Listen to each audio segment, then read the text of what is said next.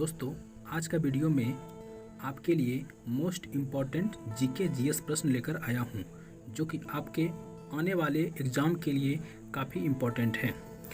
और साथ ही इस चैनल को सब्सक्राइब नहीं किए हैं तो सब्सक्राइब कर लें और बगल में बेल आइकॉन है उसे दबा दें ताकि आने वाले सभी वीडियो का नोटिफिकेशन आपको मिलता रहे।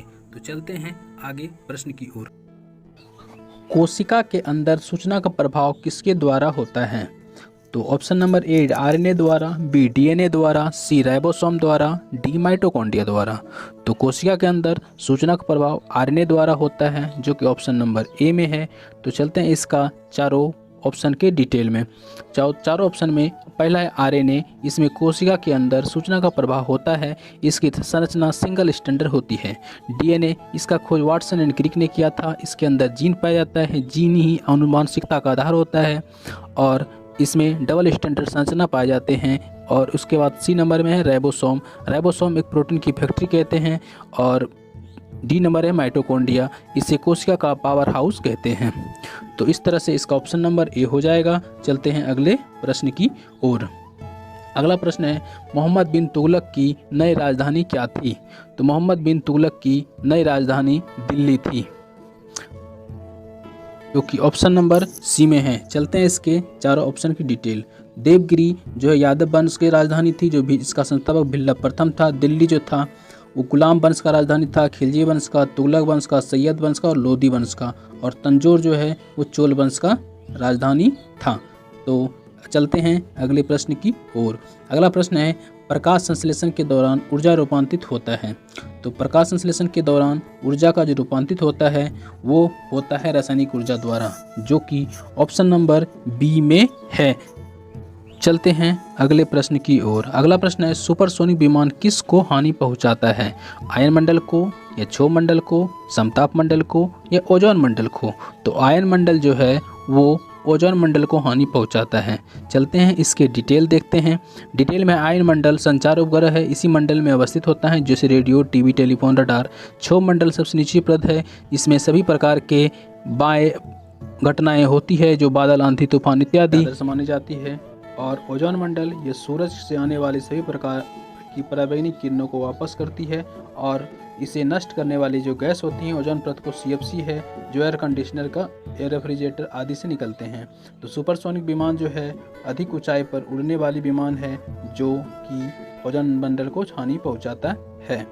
चलते हैं अगले प्रश्न की तरफ। अगला प्रश्न है, भारत छोड़ो आंदोलन के समय इंग्लैंड के प्रधानमंत्री था?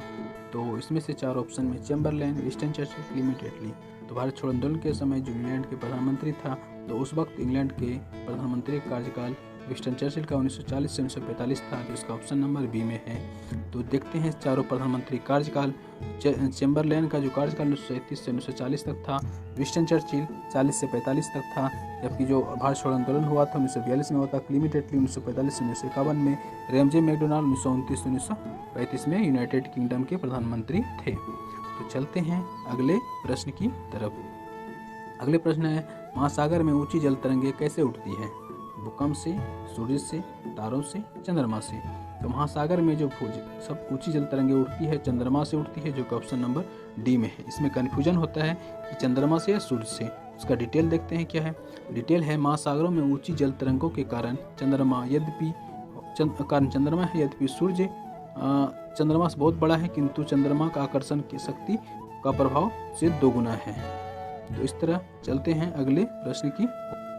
प्रश्न है, महात्मा का जगह पर आत्मा लिखा गया है, मिसप्रिंट हुआ है। तो महात्मा गांधी ने सर्वप्रथम सत्याग्रह के हथियार के रूप में प्रयोग किया था?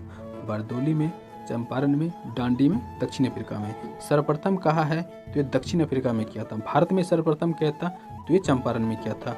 तो इसका आंसर हो जाएगा ऑप्शन नंबर डी। तो इसका डिटेल देखते हैं क्या है। बारदौली सत्याग्रह जो हुआ था 1928 में हुआ था, जिसका नेतृत्व सरदार वल्लभ भाई पटेल ने किया था। चंपारण 1917 में हुआ था, जो नील की खेती के विरुद्ध हुआ था। डांडी 1930 में हुआ था, जो नमक विरोधी कानून से हुआ था। और दक्षिण अफ्रीका में 1893 में हुआ था। तो इस तरह से इसका आंसर हो जाएगा। आंसर तो हो ही गया। तो अगला क्वेश्चन है, तमिलनाडु में सबसे महत्वपूर्ण फसलों का त्यौहार कौन सा है? ये है तमिलनाडु के सबसे महत्वपूर्ण फसलों की कटाई का त्यौहार, ये है पोंगल, जो कि ऑप्शन नंबर बी में है। इसका देखते हैं इस और चारों का डिटेल क्या क्या है। तो डिटेल है ओनम फसल कटाई का त्यौहार है जो कि केरल का है। पोंगल तो होगी क्या तमिलनाडु का त्यौहार है। हरेली छत्तीसगढ़ का फसल कटाई का त्यौहार है।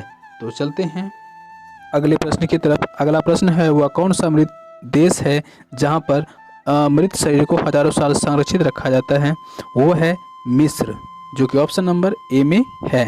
तो मिस्र की सभ्यता से ही वहाँ के राजाओं का जो मृत शरीर हजारों साल से अभी तक एक बंद गिलास में रखा गया है। तो इस तरह चलते हैं अगले प्रश्न की तरफ। अगला प्रश्न है एक रीट किसके द्वारा जारी किया जाता है। ये जो रीट जारी किया जाता है उच्च न्यायालय और सर्वोच्च न्यायालय दोनों के द्वारा जारी किया जाता है, जो कि इसका आंसर हो जाएगा ऑप्शन नंबर डी। तो देखते हैं इसका डिटेल क्या है कि उच्च न्यायालय किस अनुच्छेद के द्वारा करता है। उच्च न्यायालय अनुच्छेद 226 के द्वारा जारी करता है और सर्वोच्च न्यायालय अनुच्छेद 32 के द्वारा जारी करता है। थैंक यू दोस्तों।